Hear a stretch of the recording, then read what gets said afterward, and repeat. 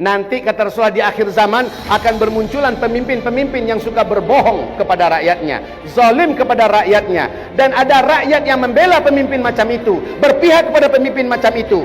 Siapapun mereka yang seperti itu kata Rasulullah, falaisa minni, dia bukan dari aku. Walastu minhu, aku ini tidak akui kalau aku adalah nabi untuknya. Dia bukan umatku, aku bukan nabinya. Wala ya'ti ilayyal hub yaumal qiyamah, dia tidak berhak untuk mendapatkan air minum dari telagaku pada hari kiamat. Inna lillahi wa inna ilaihi. Allah kata Rasulullah, ada 3 keadaan seseorang tidak peduli dengan orang lain, secantik dan secinta apapun orang ini kepada yang dia cintai.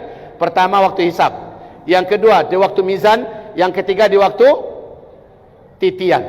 Orang tak peduli dengan orang lain, masing-masing hanya peduli dengan dirinya sendiri. Hadirin ma'asyiral muslimin, orang munafik karena gelap gulita, dia pun akhirnya sampai di sini. Dia tak lihat kalau di depannya ada jurang neraka jahanam. Boro-boro mau lihat ada namanya, karena gelap gulita dia langsung sukses masuk neraka jahanam. Baru aja di pinggir langsung masuk. Tahukah Bapak Ibu berapa lama dia sampai ke dasar? Tolong dijawab, berapa lama sampai di dasar neraka jahanam? Bukan, 70 tahun. 70 tahun terjatuh dari sini baru nyampe ke dasarnya, sab'ina alfasanah, ya, 70 tahun. Ya Allah, wahai Bapak Ibu, siapakah yang duluan nyampe? Orang munafik yang terjun bebas masuk neraka jahanam, atau orang kafir yang tadi menggelinding baru nyampe ke dasar? Duluan nyampe siapa kira-kira ke dasar? Siapa yang duluan nyampe? Orang munafik. Kenapa orang munafik duluan nyampe? Kalau orang kafir menggelinding lama, kalau orang munafik langsung. Makanya Allah berfirman, innal munafiqina fid darkil asfali minan nar. Orang munafik di dasar neraka yang paling bawah. Nah, kalau yang duluan nyampe tentulah dia paling bawah. Nanti orang-orang kafir yang nyampe niban mereka, numpuin mereka. Jadi mereka pada keimpit-impit, sebentar jatuh lagi. Mereka dah duluan di dasar neraka, sama-sama kekal. Orang kafir, orang munafik. Tapi orang munafik paling di dasar neraka jahanam, sama-sama kekalnya. Inna lillahi wa inna ilaihi raji'un. Nah, menurut Bapak Ibu, setelah kita nyampe di seberang, ini papan tulis dah habis dah. Mau nulis ini kita. Setelah nyampe di seberang, apakah sudah dijamin mereka akan masuk surga nih? Sudah dijamin belum? Apa agenda perjalanan kita berikutnya? Kita langsung ditunggu oleh telaga Nabi.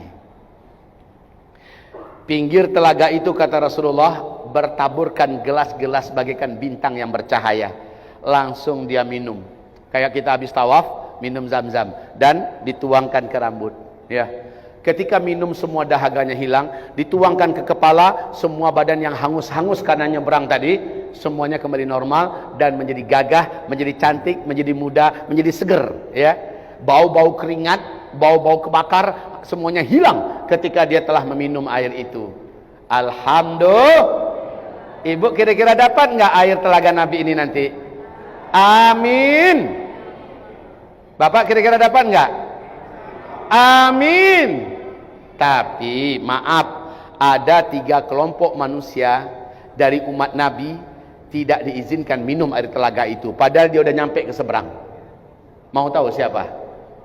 Mau tahu siapa mereka? Yang pertama kata Nabi, pemimpin penguasa yang suka berbohong kepada rakyatnya, pemimpin penguasa yang suka zalim kepada rakyatnya, rakyat yang bergabung dengan pemimpin yang seperti itu, rakyat yang ikut berpihak dan membela pemimpin yang seperti itu. Ini pertama. Ulangi, siapa mereka? Hadisnya sahih loh, hadis riwayat Imam Muslim.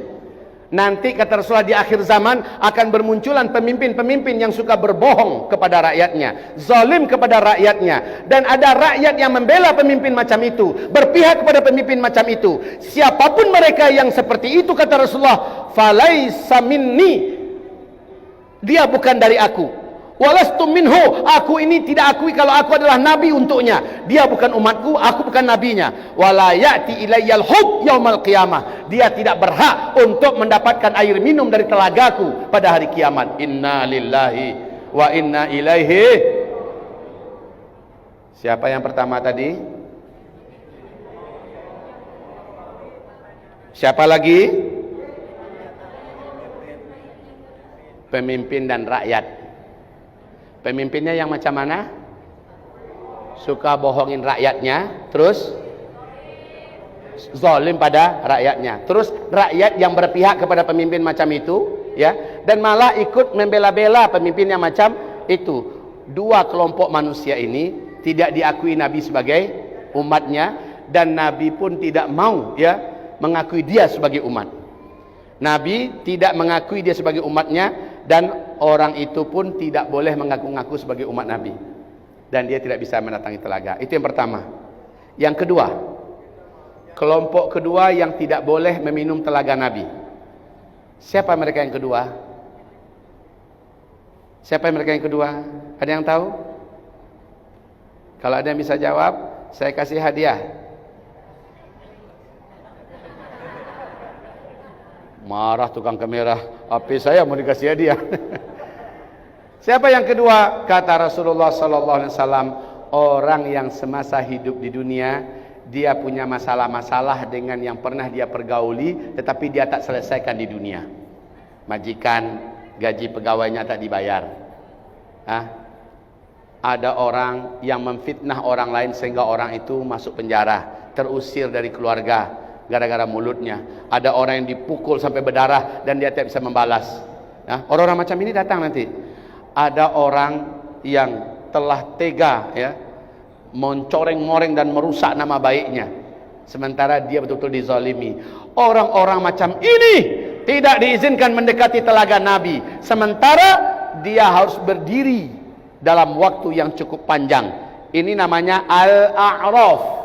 Al-A'raf, nama kawasan ini, ya, kawasan antara neraka dengan surga, namanya Al-A'raf. Nama surat itu, nama surat dalam Al-Quran. Di Al-A'raf ini mereka terkotang-katung, Pak.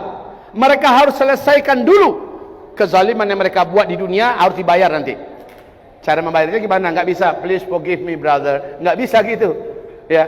Cara membayarnya nanti adalah dengan cara amal solehnya diambil, diberikan kepada orang yang dia zalimi. Kalau amal solehnya habis, dosa orang diambil, diberikan kepada dirinya. Bangkrutlah dia, dan akhirnya dia pun dicampakkan oleh malaikat masuk neraka jahanam. Padahal udah nyampe ke seberang, Pak. Makanya wajar kalau Nabi menjelang meninggal masih berusaha minta ikhlas dari sahabat-sahabatnya. Kalau pernah dalam pergaulan, ada hak saya yang saya zalimi, ada harta kalian di tangan saya yang saya lupa, tolong sebutkan sekarang. Atau siapa tahu ada di antara kalian yang pernah saya pukul, sakit fisiknya dan saya lupa, saya tak sengaja, balas sekarang, kata Nabi, karena saya tidak mau ini diselesaikan nanti pada hari kiamat. Serem, Pak, ya. Terakhir, kelompok ketiga yang juga tidak diperkenankan mendekati telaga Nabi, siapa? Orang yang membuat ajaran-ajaran baru atas nama Islam, tapi tidak ada dalam Al-Quran, dalam hadis Nabi. Ini kelompok-kelompok yang membuat akidah baru, membuat kepercayaan baru. Rukun iman yang 6 digantinya dengan rukun iman yang lain.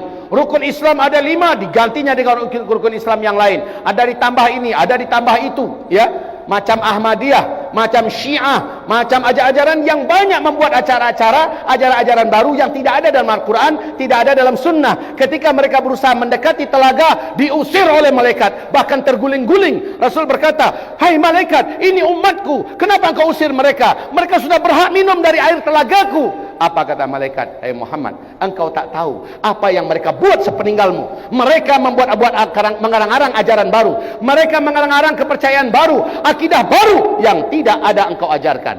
Maka Nabi Muhammad pun diam. Inilah 3 kelompok orang yang tidak beruntung meminum telaga Nabi. Tentu saja mereka disepak oleh malaikat, masuk ke neraka jahanam. Na'udzubillah. Dah, ibu masuk surga. Bu, ibu masuk surga. Ibu mau tahu siapa ibu-ibu yang paling duluan masuk surga? Yang punya 4 sifat. yang punya 4 sifat duluan masuk surga. Dia persilahkan masuk surga dari pintu mana saja. Pintu surga itu ada 8 kata Nabi. Dia persilahkan ibu-ibu duluan masuk surga dari pintu surga mana saja.